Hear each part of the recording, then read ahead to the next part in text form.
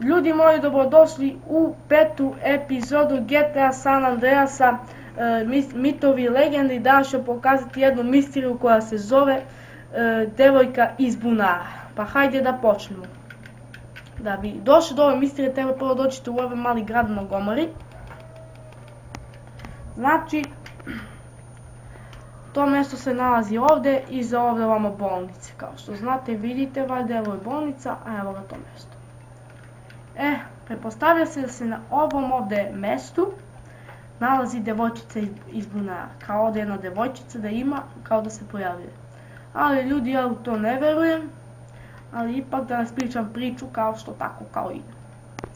Ova bolnica je kao vršila eksperimente na neke tamo ljude i ti eksperimenti neuspjeli su bacili u ovdje bunar i kao ovdje njihove organe su bacali i druga verzija priče kao da su ovdje ti organi koji su mi stradili da su ovdje bacili, od policije su krili i tako. Ljudi, da vam kažem, ovo nemojte ovdje znači gledati, ja sam gledao možda pola sata i nikoga nisam ovdje ugledao da se pojavi. Za čas ovako krenem, pa da ponovo pogledam nema nikoga.